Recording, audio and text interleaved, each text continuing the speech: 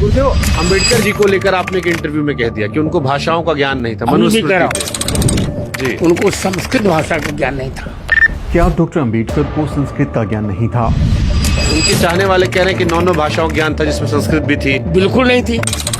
यदि संस्कृत नहीं होती तो मनुस्मृति को जलाने का वो पाप न करते। क्या डॉक्टर अंबेडकर ने मनुस्मृति को जलाकर पाप किया? ये वो सवाल हैं जो आजकल फिर चर्चा में आ गए हैं। दरअसल चमारों को गाली देने वाले तथाकथित संत रामभद्राचार्य ने एक इंटरव्यू में बाबा साहेब डॉक्टर अंबेडकर को लेकर एक बार फिर अपनी मनुवादी मानसिकता को जाहिर किया है। शुभंकर मिश्रा के साथ पॉडकास्ट में तथाकथित संत रामभद्राचार्य ने कहा कि डॉक्टर अंबेडकर को संस्कृत भाषा का ज्ञान नहीं था। अगर उन्हें संस्कृत भाषा का ज्ञान होता तो वो कभी भी मनुस्मृति को जलाने का पाप नहीं करते। उसका उन्हें दंड राजनीति में मिला। मनुस्मृति का कोई भी श्लोक राष्ट्र विरोधी नहीं है, एक अक्षर भी राष्ट्र का विरोधी नहीं है और वो सबसे प्रमाणिक संविधान है। मनुस्मृति भारत का शाश्वत संविधान है। रामभद्राचार्य की इन बातों से फिर साफ हो गया कि वो सिर्फ आंखों से अंधे नहीं हैं, बल्कि वो अक्ल के भी अंधे हैं। रामभद्राचार्य का ये बयान न केवल डॉक्टर अंबेडकर का अपमान है, बल्कि भारत के करोड़ों दलितों, पिछड़ों और महिलाओं का भी अपमान है, क्योंकि इसी सोच ने उन्हें गुलाम बनाया। चाहे वो संस्कृत को पवित्र मानने वाली भाषा हो या फिर वो मनुस्मृति को लिख देना, क्योंकि मनुस्मृति ही वो ग्रंथ है जिसने सदियों तक इन वर्गों को दास बनाकर रखा था। ये कहना भी कि डॉक्टर अंबेडकर को संस्कृत का ज्ञान नहीं था, ये सबसे बड़ा झूठ है। डॉक्टर अंबेडकर 64 विषयों के ज्ञाता थे। उन्हें 64 सब्जेक्ट्स में मास्टरी थी और 9 भाषाओं का उनको गहरा ज्ञान था। बाबा साहेब डॉक्टर अंबेडकर को हिंदी, संस्कृत, पाली, अंग्रेजी, फ्रेंच, जर्मन, मराठी, फारसी और गुजराती जैसी भाषाएं आती थी। उन्होंने 21 साल तक दुनिया के धर्मों का गहन अध्ययन किया और तुलनात्मक विश्लेषण किया और छुआछूत को जायज ठहराने वाले हिंदू धर्म के भीतर पसरे भेदभाव को पूरी दुनिया के सामने उजागर किया। बाबा साहेब डॉक्टर अंबेडकर कहते थे कि हिंदू समाज मुझसे अपनी घृणा जाहिर करता है और वो मुझे अपनी बगिया का सांप समझता है, क्योंकि मैं उनके धर्म में फैली गंदगी को सबके सामने रख देता हूँ। उनके जो ग्रंथ हैं, जिन्हें वो पवित्र ग्रंथ कहते हैं, उसमें क्या लिखा हुआ है उसे मैं पढ़ रहा हूँ, उस पर टिप्पणी कर रहा हूँ और उस गंदगी को मैं पूरी दुनिया के सामने बता रहा हूँ। रामभद्राचार्य जैसे लोग बाबा साहेब की महानता से डरते हैं और ऐसी बकवास बातें करते हैं जो सस्ती लोकप्रियता हासिल करने की चाहत है। बाबा साहेब की उपलब्धियां। बाबा साहेब ने भारतीय संविधान दिया, जिसने सभी नागरिकों को समान अधिकार, वोट देने का अधिकार और स्वतंत्रता दी। बाबा साहेब ने भारतीय महिलाओं को समानता दिलाई, उन्हें संपत्ति में हक दिलाया, तलाक लेने, बच्चा गोद लेने जैसे अधिकार दिलाए, महिलाओं को पेड मैटरनिटी लीव भी दिलाई। उन्होंने श्रमिकों के अधिकारों की रक्षा की। 1942 में 12 घंटे की जगह 8 घंटे का काम का जो सिस्टम है वो लागू किया। मजदूरों के लिए उन्हें लीव बेनिफिट डीए और रिवीजन ऑफ पे स्केल लागू किया। उन्होंने भारतीय रिजर्व बैंक यानी आरबीआई की नींव रखी। उनकी किताब प्रॉब्लम ऑफ रूपी, its origin and solutions RBI की स्थापना और मौद्रिक नीति की बुनियाद बनी। बाबा साहेब ने यूनिवर्सल अडल्ट फ्रेंचाइज की वकालत की और उससे संविधान में लागू किया, यानी हर 18 साल से जो ऊपर का व्यक्ति होगा उसको वोट देने का अधिकार होगा। वो भारत के पहले दलित बैरिस्टर और पहले सबसे बड़े अर्थशास्त्री थे। उनका लिखा आत्मकथात्मक निबंध वेटिंग फॉर ए वीजा आज भी कोलंबिया यूनिवर्सिटी में पढ़ाया जाता है। वे इतने महान स्कॉलर थे कि 2004 में कोलंबिया यूनिवर्सिटी ने उन्हें 100 सबसे महान विद्वानों में प्रथम स्थान पर रखा।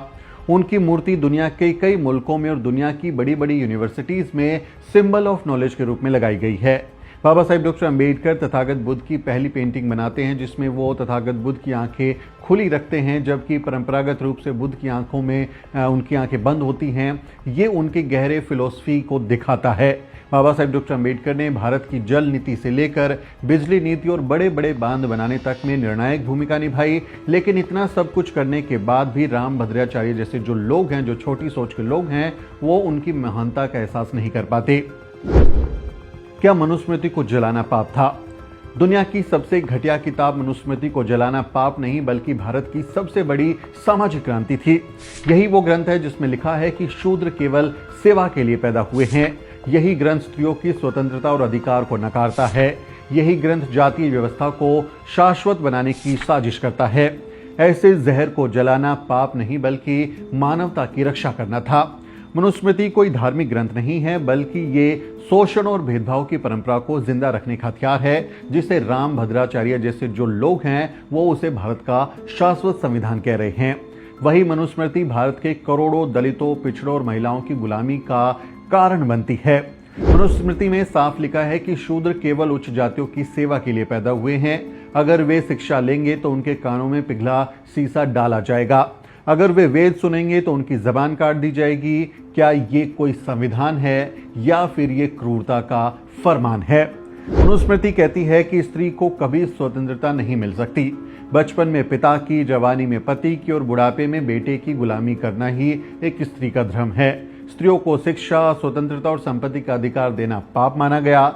क्या ये किसी सभ्य समाज की किताब हो सकती है? मनुस्मृति ने जाति व्यवस्था को शाश्वत बना दिया। इसने इंसानों को जन्म के आधार पर ऊंच नीच में बांटकर पूरी मानवता को टुकड़ों में बांट दिया। ब्राह्मण को देवता कहा गया, क्षत्रिय को शासक, वैश्य को व्यापारी और शूद्र को नौकर बना दिया गया। यानी इंसानियत नहीं, जन्म ही आपकी हैसियत तय करेगा।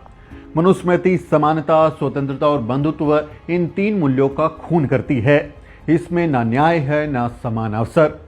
अगर मनुस्मृति संविधान होती तो आज भारत में ना लोकतंत्र होता, ना चुनाव होता, ना शिक्षा का अधिकार होता और ना ही महिला सशक्तिकरण होता। बाबा साहेब ने कहा था, मनुस्मृति केवल शूद्रों और स्त्रियों की स्वतंत्रता का दुश्मन नहीं बल्कि ये पूरी मानवता के खिलाफ एक साजिश है। इसलिए उन्होंने 25 दिसंबर 1927 को महाड़ में हजारों लोगों के साथ मिलकर मनुस्मृति को जला दिया था। ये सिर्फ किताब जलाना नहीं था बल्कि सदियों की गुलामी की जंजीरों को तोड़ना था। लेकिन ऐसा लगता है कि मनुवाद की पूंछ में जो आग बाबा साहेब डॉक्टर अम्बेडकर ने लगाई थी, आज भी उसकी चिंगारी से कई मनुवादी सुलग रहे हैं। मनुस्मृति का जलना पाप नहीं बल्कि भारत की आत्मा की मुक्ति थी। ये किताब कोई संविधान नहीं बल्कि अन्याय का दस्तावेज है। आज जो लोग मनुस्मृति का बचाव करते हैं वे लोकतंत्र, संविधान और इंसानियत तीनों के दुश्मन हैं। रामभद्राचार्य खुद को बड़ा विद्वान बताता है, लेकिन उसकी विद्वता का उपयोग किसके लिए हुआ? समाज को जोड़ने के लिए या फिर समाज को तोड़ने के लिए? उसने ऐसा कौन सा काम किया है जिससे इस देश का भला हुआ हो या फिर दलित, पिछड़े, आदिवासी, महिलाएं, मजदूरों का जीवन बेहतर हुआ हो? उसकी सारी विद्वता सिर्फ और सिर्फ ब्राह्मणवादी व्यवस्था को बचाने और जातिवाद को मजबूत करने में खर्च हो रही है। जो राम जी को नहीं भजता वो चारों वर्ण चमार है। वो राम को भजने वाला उत्तम और चाम को भजने वाला नीच। ये गोस्वामी जी का तात्पर्य है। रामभद्राचार्य को अक्सर अंध विद्वान कहा जाता है क्योंकि उनकी आंखों की रोशनी नहीं है। हम उस पर कमेंट नहीं कर रहे हैं, लेकिन उसको एक रेफरेंस पॉइंट की तरह देखते हुए सवाल उठा रहे हैं। लेकिन सच्चाई ये है कि वे केवल आंखों से अंधे नहीं हैं, वो अक्ल से भी अंधे साबित हो रहे हैं। क्योंकि आंखों से अंधापन आपको महान बना सकता है, लेकिन अक्ल का अंधापन आपको समाज का विनाशक बना देता है। रामभद्राचार्य का ज्ञान दरअसल ज्ञान नहीं अज्ञान है। उनकी विद्वता सिर्फ जातिवादी ढकोसले का पहाड़ है और उनका पूरा जीवन बाबा साहेब की एक उंगली के नाखून के आगे भी टिकने लायक नहीं है।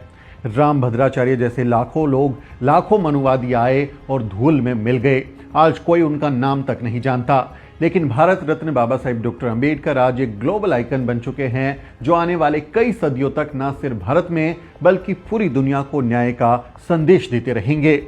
रामभद्राचार्य जैसे लोगों का ये पाखंड ज्यादा दिन नहीं चलने वाला। अब उनकी बातों पर कौन यकीन करेगा? ऐसे बयानों की हम निंदा करते हैं। आप इन पर क्या सोचते हैं? ऐसे जो तथाकथित संत हैं जो इस तरह की भाषा बोलते हैं, इस तरह के विवादित बयान देते हैं, उन पर आपकी क्या राय है? कमेंट करके जरूर लिखें। आप इनको जवाब दे सकते हैं कमेंट में। आपसे अपील है वीडियो को शेयर करें और द न्यूज़ बीट को सब्सक्राइब करना ना भूलें। वीडियो के अंत में आपसे एक छोटी सी अपील।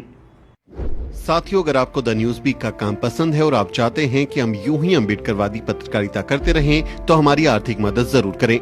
आप अपनी स्क्रीन पर दिखाई दे रहे इस QR कोड को स्कैन करें और न्यूज़ बीट फाउंडेशन के खाते में अपनी दान की राशि भेजें। QR कोड के अलावा आप UPI के जरिए भी मदद कर सकते हैं।